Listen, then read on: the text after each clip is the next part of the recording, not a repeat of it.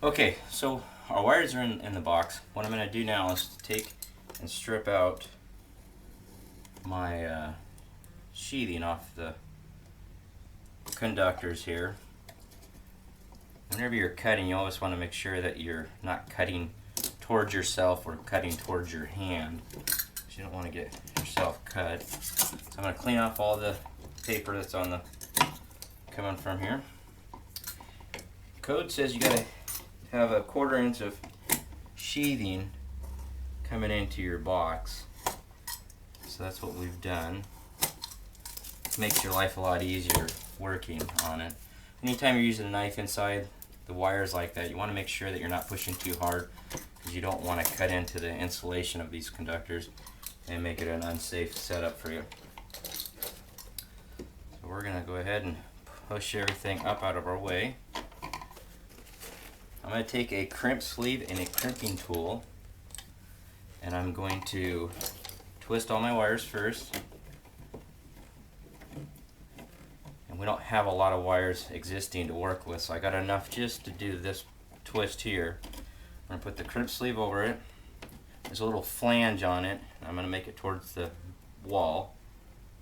Slide this over like so.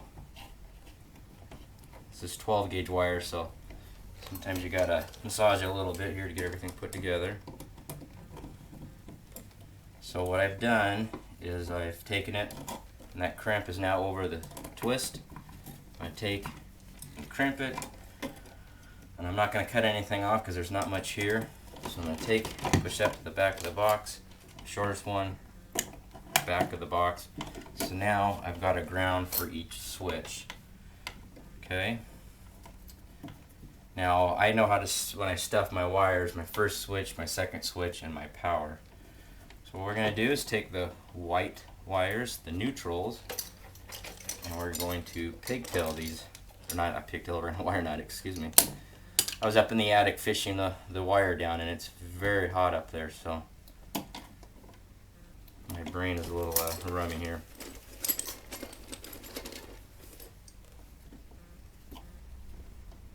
And typically if you see black markings on a wire that's white, it's an identification that it's going to be a hot wire. So here we go. Sounds like Leroy the puppy is doing something he's not supposed to be doing. 5/16 nut driver on an ideal wire nut works really good. Okay, so I'm going to get this out of my way inside of this box. Alright, so I am going to pigtail out the hot wire and make it so I have 2.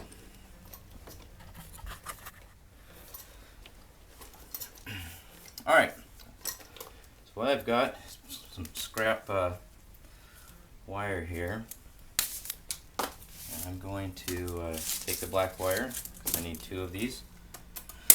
Excuse me.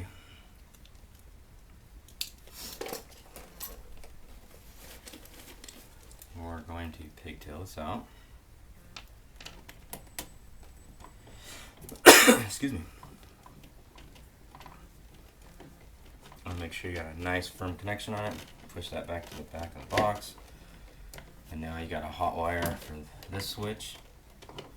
Now it's kind of like to fold it around a little bit. There you have it. So now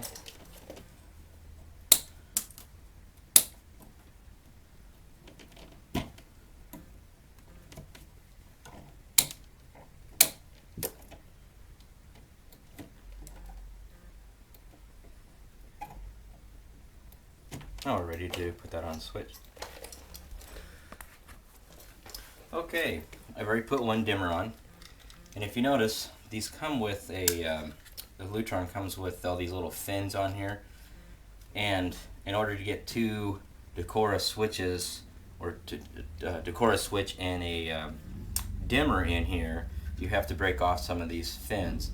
And when you do that, you also can take in consideration there's a derating factor that if this is rated for 600 watts, it's now rated for, goes down to the next stage, and I think it is it's 400 watts if it's a 3 gang or 4 gang, and if it's a 2 gang it's 500 watts.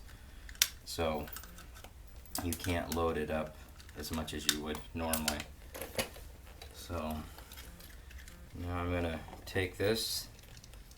Some wire nets that come with these switches are a good wire net. Some of them are just a real chintzy wire net that doesn't give you a good connection. So you want to make sure you use a good wire net when you're doing these. Make sure your connections are nice and snug.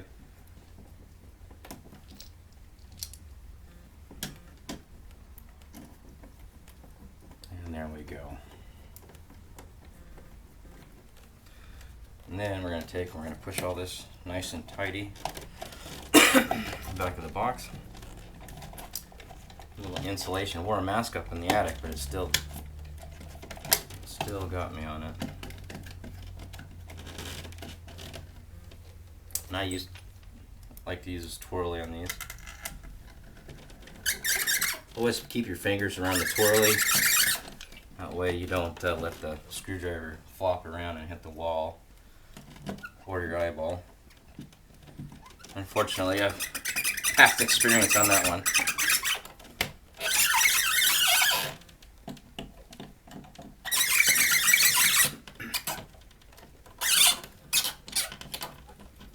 So there we have 2 dimmers, and these have a backlit portion to it, or feature to it, and then the slider is on the side.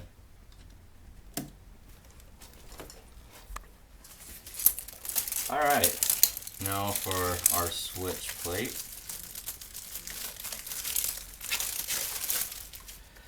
Now, a lot of times if you take your switch plate, kind of turn it backwards, it allows you to do the adjustments on it and make sure everything's squared up for you.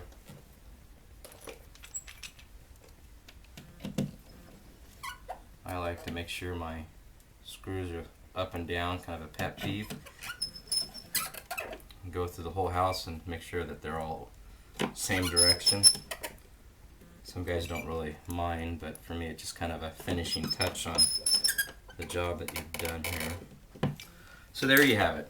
Went from a single gang switch, 1 switch, to a 2 gang, 2 switches, and also installed some dimmers as well. And hopefully that's a help on what we've got here. Until then, you enjoy your day. Thanks. If you install a dimmer on an existing light fixture, you're going to find that most dimmers come already set at 10% dim. And what that means to you is if you dim a light bulb by 10%, you're going to double the life of the lamp. Case in point is we have light bulbs on our front of our house and 2 recessed cans and 2 post lights. Every night, time we go to bed or it gets dark, to the time we get up, we dim those lights at about 50%.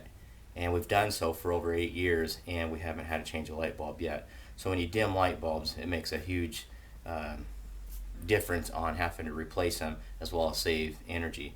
I like to do fluorescence where you can, but a lot of places you can't really do it, like if you have Alzacs or the chrome interior recessed can trims, or places that you want to highlight different items in your room. The fluorescents don't work well. So anyhow, there you go.